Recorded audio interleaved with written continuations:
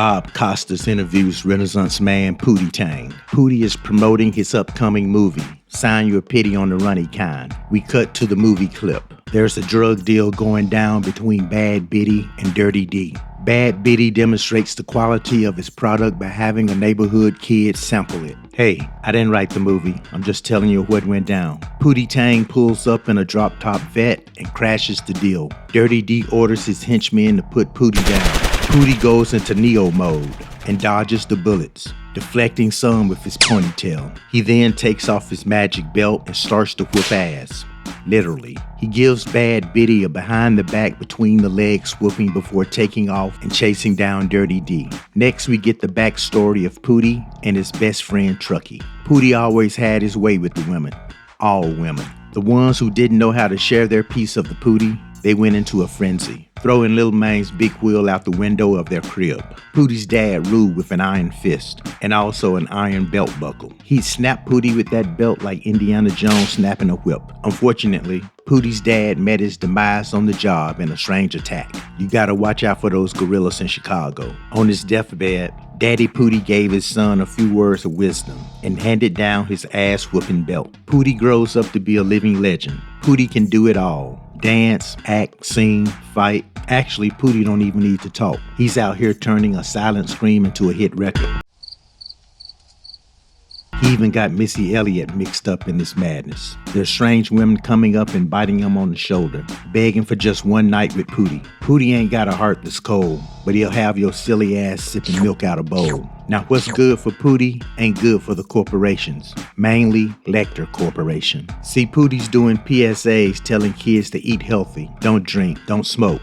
A lot of the same shit that Lecter Corporation sells. Lecter sends their representative Frank out to meet Pootie. The corporation offers Pootie $20 million to sell out and join their team. Pootie's boys, they ain't down with what Lecter stands for, and neither is Pootie. He escorts Frank back to his limo, but not before giving him a taste of that belt buckle. Lecter CEO, Dick Lecter, is taken aback that his money can't silence Pootie. Lecter's main squeeze, Irene, thinks she's got a better plan to mute Pootie. Biggie Shorty is a girl from around the way. She walks the streets like a duck, dresses like a duck, and might tell you to pull around a corner into the alley like a duck, but make no mistake, she ain't a duck. She invites Pootie and his crew to her big party. There, she lets Pootie know that she plans on getting him sprung. Meanwhile, Pootie's right-hand man Truckee gets ran up on by Irene. She hit old boy with that shock and all. He didn't know whether to grab her by the throat or grab her by the ass. She dry humped a couple of nuts out of him before he even knew what was happening. Defeated, Truckee messed around and gave away all of Pootie's secrets. Later, Pookie out grocery shopping when he's approached by Irene.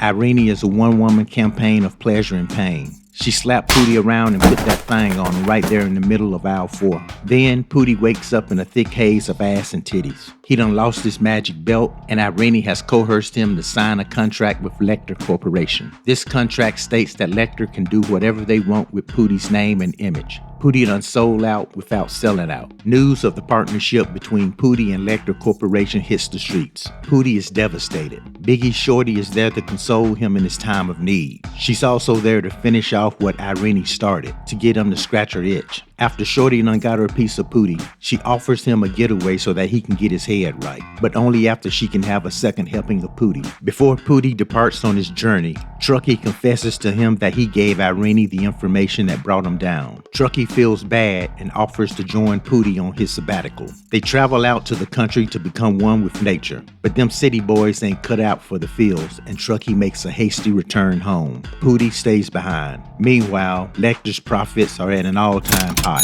He's got a bunch of bootleg AI Pooties out there generating money hand over fist. The only thing that could trip him up is if the real Pootie showed back up. So this means that the real Pootie gotta die. Lecter hires Dirty D to do the job, and he gives him Pootie's belt to even the odds. While on a visit into town, Pootie meets the sheriff. The sheriff has a daughter, Stacy, that he's trying to offload on anything with a Y chromosome. He's trying to get rid of her like he's got plans on turning her bedroom into a man cave or something. He introduces Pootie to Stacy, and you know Pootie loves the ladies. And whether they know it or not, the ladies love Pootie. Stacy shows up on Pootie's doorstep to offer him some hot pie. She knows that you get to the heart through the stomach, and then from the heart to that D. Pootie Tang gives Stacy that Pootie Thang.